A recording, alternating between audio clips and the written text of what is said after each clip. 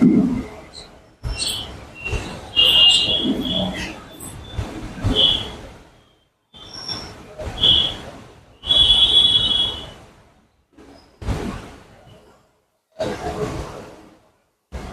لله رب العالمين، والصلاة والسلام على سيد الأنبياء والمرسلين وعلى آله وصحبه أجمعين ومن تبعهم بإحسان إلى يوم الدين. أما بعد، فأعوذ بالله من الشيطان الرجيم. بسم الله الرحمن الرحيم. أم حسبت أن أصحاب الكهف والرقيم كانوا من آياتنا عجبا إذ أوى الفتية إلى الكهف فقالوا ربنا آتنا من لدنك رحمة وهيئ لنا من أمرنا رشدا. صدق الله العظيم. برادران محترم، عزیزان گرامی قدر، میرے معزز و مکرم دینی اسلامی بھائی، آپ حضرات کے سامنے سورۃ الکہف کی چند آیتیں تلاوت کی گئی ہیں. آخری 4-5 مہینوں کے اندر جب بھی یہاں گفتگو کا موقع ملا، سورۃ الکہف پر گفتگو کی گئی. آج جو آیتیں آپ کے سامنے پڑھی ہیں اس کے بعد کئی آیتیں ہیں. ان آیات میں اللہ تعالیٰ نے کہف، جس کو ہم کہتے ہیں کہف، یعنی غار والوں کا قصہ، اصحاب الکہف، غار والوں کا قصہ اللہ نے بیان فرمایا. میں ہمیشہ کہتا ہوں کہ قرآن قصوں اور کہانیوں کی کتاب نہیں، قرآن عبرت کی کتاب ہے، ہدایت کی کتاب ہے. دنیا اور آخرت میں ہم کیسے کامیاب ہو جائیں، اس کی رہبری قرآن کریم میں موجود ہے. اللہ تعالیٰ نے غار والوں کا قصہ بیان کیا. ام حسبت ان اصحاب الکہف والرقیم کانوا من آیاتنا عجبا، تمہارا گمان ہے کہ غار والے، وادی والے، رقیم یا تو 2 پہاڑوں کے بیچ کی وادی کا نام ہے جس میں یہ غار تھا، یا پھر اس تختی کا نام ہے، اس تختی کو رقیم کہتے ہیں جس پر اصحاب کہف کے نام لکھے گئے تھے. یہ ہماری نشانیوں میں سے عجیب و غریب نشانی ہے. آپ کا یہ خیال ہے، یعنی آپ ایسا گمان نہ کرو. آپ اس کو اگر ہماری عجیب و غریب نشانی سمجھتے ہو تو ہماری اس سے بھی بڑی کئی نشانیاں ہیں جو عبرت حاصل کرنے کے لیے کافی ہیں. غار والوں کا کیا قصہ ہے جس میں اللہ تعالیٰ کی عجیب و غریب نشانی چھپی ہوئی. حضرت عیسیٰ علیہ السلام کے زمانے سے پہلے یا حضرت عیسیٰ علیہ السلام کے آسمان پر اٹھائے جانے کے بعد ایک بادشاہ تھا جس کا نام دقیانوس تھا، اور وہ بہت ظالم و جابر تھا، پکا بت پرست. پوری قوم کو، پوری پرجا کو، پوری پبلک کو بت پرستی کی دعوت دیتا تھا، اور جو بھی بت پرستی نہ کرتا اس پر ظلم کرتا، بلکہ ان کو قتل کرا دیتا تھا.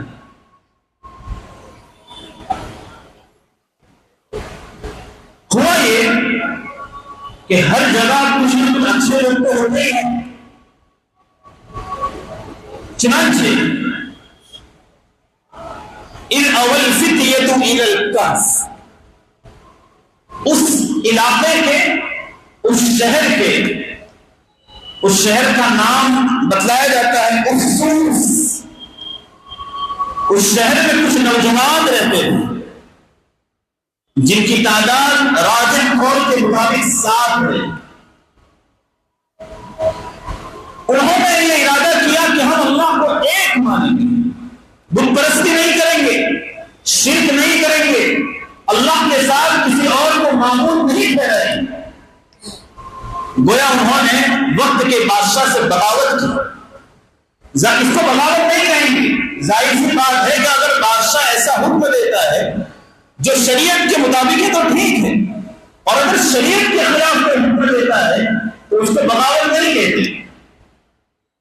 آدمی اس کے خلاف اگر عمل کرتا ہے، بادشاہ شریعت کے خلاف حکم دے رہا ہے اور پرجا اس کے خلاف عمل کر رہی ہے تو اس کو بغاوت نہیں کہیں گے، یہ تو شریعت کا حکم ہے۔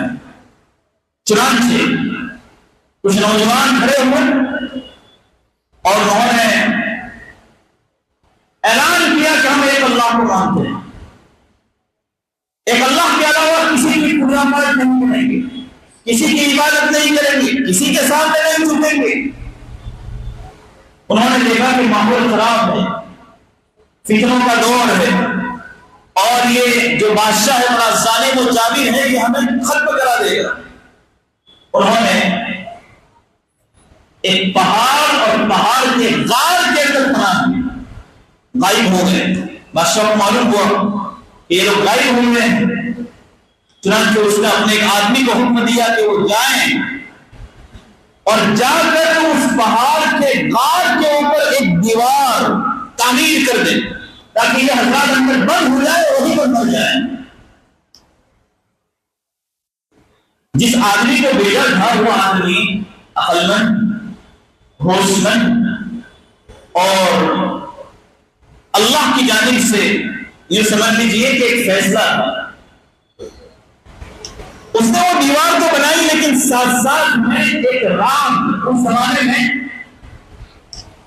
صفحات تو تھے نہیں، پیپر تو نہیں تھے، تو ایک رام کی تختی کے اوپر جتنے لوگ موجود تھے راجہ قول کے مطابق وہ 7 ان کے سب کے نام لکھے اور پورا واقعہ لکھا کہ ظالموں جابر یا جو بھی لکھا ہو کہ بادشاہ کے ظلم سے تنگ آ کر ایک اللہ کی عبادت کا اقرار کر کے، توحید کا اقرار کر کے یہ لوگ اس غار میں انہوں نے پڑھا لی، یہ ان کے نام ہے اور یہ دیوار بنتی جا رہی ہے اور اس میں یہ مر جائیں گے کیونکہ باہر نکلنے کی اب کوئی جگہ نہیں ہے، اور دیوار بنا دی گئی اور اس میں اللہ کی جانب سے ان کو سلا دیا گیا۔ یہ کتنا سوئے وَتَحْسَبُهُمْ أَيْقَاظًا وَهُمْ رُقُودٌ، اگر کوئی آدمی ان کو دیکھ لے تو ایسا لگے کہ یہ لوگ بیدار ہیں، اس لیے کہ اللہ نے ان کی آنکھیں کھلی رکھی تھی تاکہ کوئی ان کو نقصان نہ پہنچے، اور ساتھ ساتھ میں ان کی نگرانی کے لیے ایک کتا رکھا تھا جو نگرانی کے لیے آگے ہی غار کے بالکل دہانے پر بیٹھا رہتا تھا، اپنے دامن کو، اپنے رانوں کو پھیلائے ہوئے، جیسے کہ کتے کے بیٹھنے کا انداز ہوتا ہے۔ جب کتا بیٹھتا ہے نگرانی کے لیے، کوئی چیز دیکھنے کے لیے کس انداز سے بیٹھتا ہے، قرآن نے اس کا نقشہ کھینچا ہے۔ لَبِطَّلَعْتَ عَلَيْهِمْ لَوَلَّيْتَ فِرَارًا وَلَمُلِئْتَ بِهِمْ رُعْبًا، اگر تم جھانک کر ان کو دیکھ بھی لو، ان حضرات کو، ان کی آنکھیں کھلی اور سو رہے ہیں، کوئی حرکت نہیں ہے، تو رعب طاری ہو جائے، حیرت طاری ہو جائے تمہارے دماغ کو۔ اللہ تعالیٰ نے ان کو سنا ہے اور انتظام بھی کیا۔ آدمی ایک جگہ پڑا رہتا ہے تو جسم کو تکلیف ہوتی ہے، ایک ہی جگہ سو رہے، ایک ہی پہلو کے اوپر سویا رہے، پہلو بدلتا رہے تو تکلیف نہیں ہوتی۔ تو اللہ تعالیٰ کی جانب سے یہ انتظام تھا کہ موقع و موقع یہ حضرات کروٹ لیتے رہتے تھے، وَنُقَلِّبُهُمْ ذَاتَ الْيَمِينِ وَذَاتَ الشِّمَالِ، کبھی دائیں کبھی بائیں ہم ان کو کروٹ دیتے تھے، اللہ دیتے تھے۔ یہ اللہ کے قبضے قدرت میں ہے۔ کسی کو مار دینے کے بعد اللہ اگر اس طرح کرے تو کوئی یہ سب اللہ کے قبضے قدرت میں. صحابہ کرام رضی اللہ عنہم اجمعین نے ایک بات پر سوال کیا. اللہ کے رسول نے فرمایا کہ قیامت کے دن اللہ تعالیٰ کافر اور مشرک کو منہ کے بل چلائیں گے. منہ کے بل. دنیا میں الٹے چلے, چلنا چاہیے تھا ایمان پر, توحید پر, یہ چلے کفر پر, بتوں کی پرستش پر. دنیا میں الٹے چلے, اللہ قیامت کے دن منہ کے بل الٹے چلائیں گے.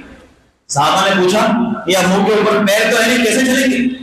اللہ کے رسول صلی اللہ علیہ وسلم نے فرمایا کہ جو اللہ دو پیروں کے بل پر چلانے پر قادر ہے وہ اللہ منہ کے بل چلانے پر بھی قادر ہے. اب ہماری سمجھ میں نہیں آتا کہ یہ لوگ سوئے گئے اور کیا سے وَلَبِثُوا فِي كَهْفِهِمْ 300 سَنَةً وَزَادَهُمْ تِسْعًا. 309 سال تک اسی حالت میں رہے.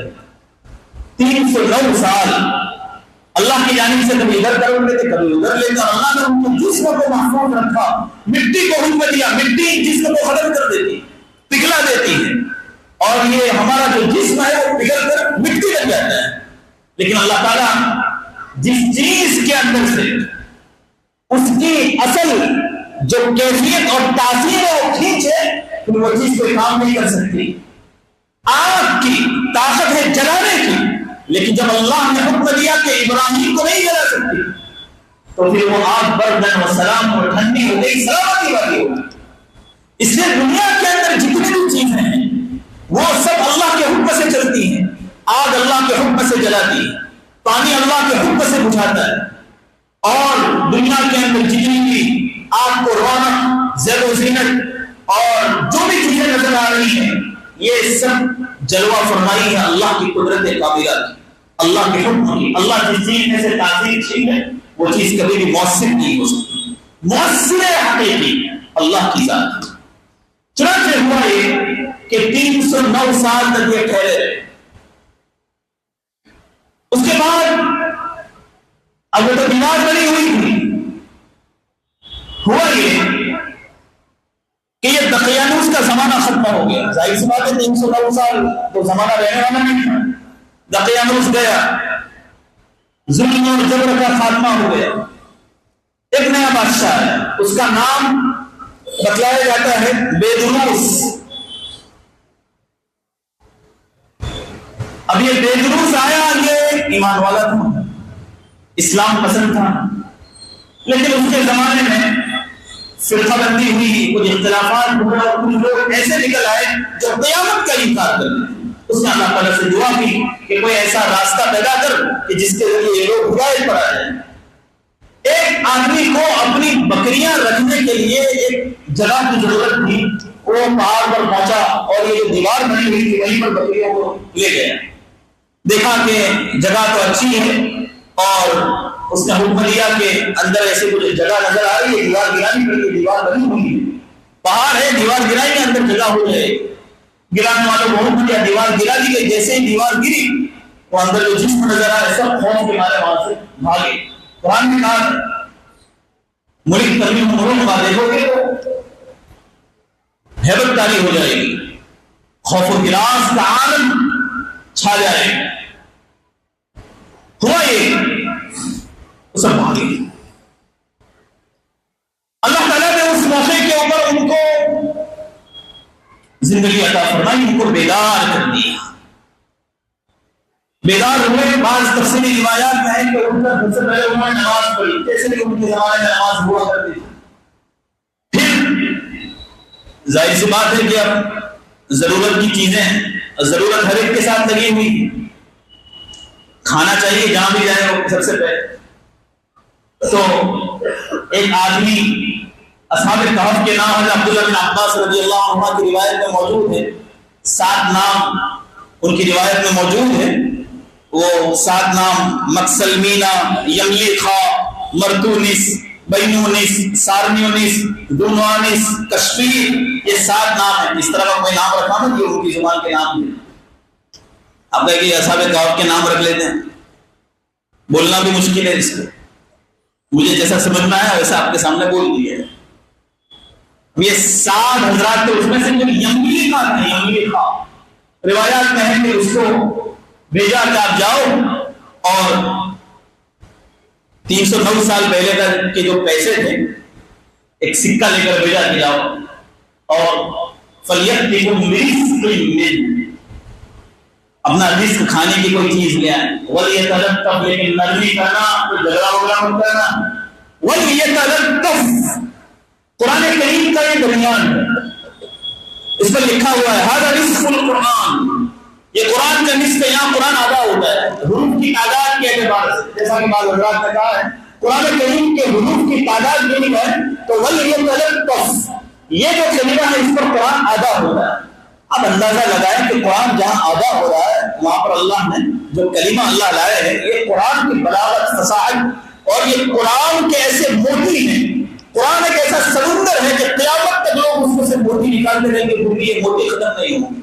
اللہ درمیان میں کلمہ لائے وَلْيَتَلَطَّفْ، چاہیے کہ وہ نرمی کریں، وہ رحم کریں، حکمت سے کام لیں، جھگڑا نہ کریں، اس لیے کہ ہم لوگ اس غار میں آئے ہیں، وہ ظالم بادشاہ کے ظلم سے بچ کر آئے ہیں، ان کو تو پتا نہیں تھا کہ 309 سال ہو گئے، وہ تو یہ سن رہے تھے کہ صبح سوئے تھے شام کو ہوئے، ان کو تو ابھی یہی سمجھ میں آ رہا تھا، اس لیے کہا کہ نرمی کرنا، کھانا وانا لے آؤ، جھگڑنا مت اور کوئی الجھنا مت، کسی سے نرمی کرنا۔ قرآن کا درمیان ہے وَلْيَتَلَطَّفْ، گویا اللہ تعالیٰ نے قرآن کا ایک سمبول، جو سمبول ہوتا ہے وہ درمیان میں ہوتا ہے تاکہ نظر آئے سب کو۔ قرآن کی تعلیم کے اندر رحمت ہے، قرآن کی تعلیم کے اندر لطف ہے، قرآن کی تعلیم میں نرمی ہے، اس میں سبق ہے ان لوگوں کے لیے جو قرآن کے اوپر اشکال کرتے ہیں، جو قرآن پر اعتراض کرتے ہیں۔ جس قرآن کا سمبول ہے وَلْيَتَلَطَّفْ، چاہیے کہ وہ نرمی کریں، قرآن نے اس کے ذریعے اپنا سمبول قائم کیا ہے، نرمی، لطف، رحمت، ہر چیز کے اندر، دین کی دعوت دینے میں، کسی کے ساتھ سلوک کرنے میں، معاملات میں، معاشرت میں، ہمارے اخلاق میں، گزر بسر میں نرمی ہونی چاہیے، لطف ہونا چاہیے، رحمت کرم ہونا چاہیے۔ ہوا یہ کہ وہ آدمی گیا، اس نے سکہ دکھایا ایک تندور پر جا کر، سکہ دکھایا تو اس نے تو دیکھا کہ تو دقیانوں سے سکہ نکلا 300 سال پرانا۔ اس نے دیکھ کر کہا کہ یہ کہاں سے لگا، کہ ہمارے پاس نہیں سکہ تھا، کہ ہم نے آج تک استعمال نہیں کیا، تو بہت پرانا سکہ ہے۔ انہوں نے محسوس کیا ایسا لگ رہا ہے کہ اس کو کوئی شاہی خزانہ مل گیا ہے، پکڑ کر جو حاکم ہے اس کے پاس لے گئے۔ ایک ہوتا ہے حاکم، ہوتا ہے امیر، حاکم یعنی سی ایم، امیر یعنی پی ایم، تو حاکم کے پاس لے گئے، سی ایم کے پاس، اسٹیٹ جو ہوتا ہے اس کے سی ایم ہوتے ہیں، تو اسی طرح الگ الگ علاقے کے آج سعودیہ میں امیر الگ ہوتا ہے، مکہ کا حاکم الگ ہے، مدینہ کا حاکم الگ ہے، بریدہ کا حاکم الگ ہے، دمام کا حاکم الگ ہے، ریاض کا حاکم، ہر جگہ کا حاکم ہوتے ہیں، اور پورے سعودیہ کا ایک امیر ہے۔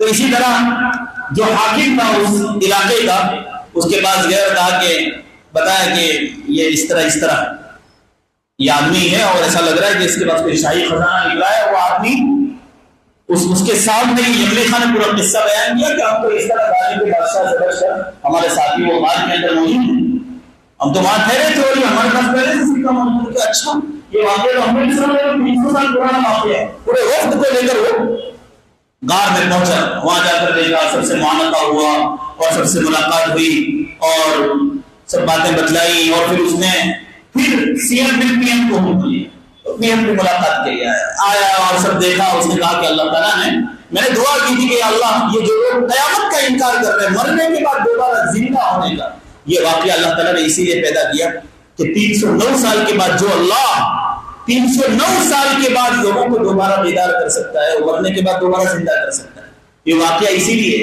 چنانچہ وہ وہاں سے نکلا اور وہیں پر ان کی ہمیشہ ہمیش کے لیے وفات ہو گئی، واقعہ یہیں پر ختم ہو گیا۔ یہ اصحاب کہف ہے۔ یہ غار کہاں ہے اس سلسلے میں اختلاف، دنیا کے کس کونے میں، اور اس کو جان کر مجھے اور آپ کو کوئی فائدہ ہونے والا نہیں۔ الگ الگ چیزیں ہیں۔ حضرت مولانا محمد تقی عثمانی صاحب کا کبھی سفر ہوا، انہوں نے کہا کہ مجھے ایسا لگ رہا ہے کہ وہ، کسی نے کہا کہ وہاں، کسی نے کہا وہاں، کسی نے بتایا جارڈن میں، الگ الگ علاقے بتلائے جاتے ہیں۔ اس واقعے کے اندر بہت ساری نصیحتیں ہیں میرے اور آپ کے لیے چھپی ہوئی۔ سب سے پہلی بات یہ ہے کہ یہ حضرات ایک فتنے سے بچنے کے لیے غار میں چلے گئے اور سب سے پہلے انہوں نے اللہ سے دعا کی. اس سے معلوم ہوا کہ فتنوں سے بچنے کے لیے، گناہوں سے بچنے کے لیے اللہ سے دعا کرنا چاہیے کہ یا اللہ یہ گناہوں کا ماحول ہے، فتنوں کا ماحول ہے، بچے بچیاں مرتد ہو رہے ہیں، یا اللہ ہماری اور ہماری نسلوں کی حفاظت فرما. دوسرا سبب یہ ملا کہ جہاں کہیں آدمی کو ایسا لگے کہ یہاں میں اور اپنی نسل کو محفوظ نہیں رکھ پاؤں گا، وہ آدمی ایسی جگہ کی پناہ لے جہاں وہ اپنے دین کی حفاظت کر سکے. چنانچہ اپنے دین کی، اپنے عقیدے کی حفاظت کے لیے ان لوگوں نے غار میں پناہ لی. جب مکہ کے اندر معاملہ حد سے گزر گیا تو نبی کریم صلی اللہ علیہ وسلم اور صحابہ نے مدینہ کی ہجرت کی. ان حضرات نے غار کی پناہ لی. معلوم ہوا کہ فتنوں سے بچنے کے لیے آدمی کو کوئی تنہائی کا راستہ اختیار کرنا چاہیے. آپ علیہ السلام نے فرمایا قرب قیامت میں بڑے بڑے فتنے آئیں گے تو آدمی اس زمانے میں خلوت اختیار کر لے، اور فرمایا کہ اس زمانے میں جو بیٹھا ہوا ہے وہ چلنے والے سے بہتر، چلنے والا دوڑنے والے سے بہتر. یعنی جو آدمی جتنا کم فکرے میں بیٹھا ہوا کم فکرے والا ہے، چلنے والا بہت زیادہ، دوڑنے والا اور زیادہ فکروں میں. تو آدمی جتنا کم جو فکرے میں ہے اس کی صحبت اختیار کرے اور فکروں سے دور رہے، اچھے لوگوں کی صحبت اختیار کرے. اور ایک تیسرا ایک سبق ہم کو یہ ملا ہے انہم فتیۃ، کہ یہ جوان تھے جو بڑے بڑے کارنامے ہوتے ہیں. کوئی آدمی بڑا عالم بنتا ہے، بڑا پروفیسر بنتا ہے، بڑی ڈگریاں حاصل کرتا ہے، ویسا جوانی میں ہوتا ہے، بڑھاپے میں نہیں. اور کوئی آدمی عملی اعتبار سے اللہ کا ولی اور نیک صالح بندہ بنتا ہے، اس کو ولایت ملتی ہے تو جوانی ملتی ہے. یہ بھی جوان تھے، انہوں نے جوانی کے اندر اپنی جوانی کے تقاضوں کو قربان کر کے ایک غار کی پناہ لی. اللہ تعالیٰ نے یہ مقام عطا فرمایا کہ ان کا ذکر ایسے قرآن میں موجود ہے جو قیامت تک باقی رہنے والا ہے. اس لیے جوانی کی قدر کیجیے. نوجوان ہوئے سلائے آ رہی ہیں آبشاروں سے، چٹانیں چور ہو جائیں جو وہ عزم سفر پیدا. اس لیے ارادہ کیجیے کہ ہم اپنی جوانی کا صحیح استعمال کریں گے.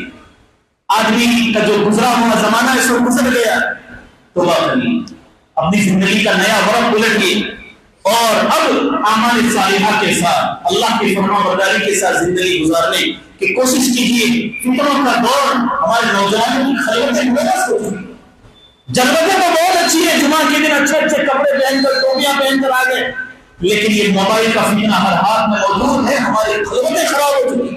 اس کو درست کیجیے، اپنی نوجوانی کو سنواریں. یہی زمانہ ہے جس میں آپ عملی اعتبار سے اور علمی اعتبار سے، ایجوکیشن کے اعتبار سے بڑے سے بڑا مقام حاصل کر سکتے ہیں.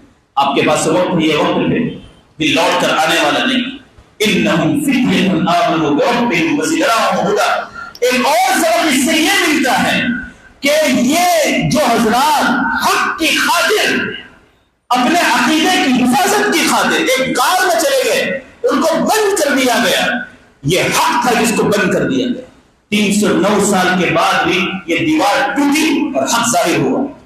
معلوم یہ ہوا کہ حق کو جتنا دبایا جائے گا اتنا ہی وہ ابھر کر باہر آئے گا. آج پورے عالم کے اندر حق کو دبانے کی کوشش کی جا رہی ہے. اسلام پر اعتراضات کیے جا رہے ہیں، قرآن پر کیچڑ اچھالا جا رہا ہے، نبی کریم صلی اللہ علیہ وسلم کی پاکیزہ زندگی اور آپ کی ازواج مطہرات پر کیچڑ اچھالا جا رہا ہے، اور آپ نے دیکھا ہمارے مدارس کو نشانہ بنایا جا رہا ہے.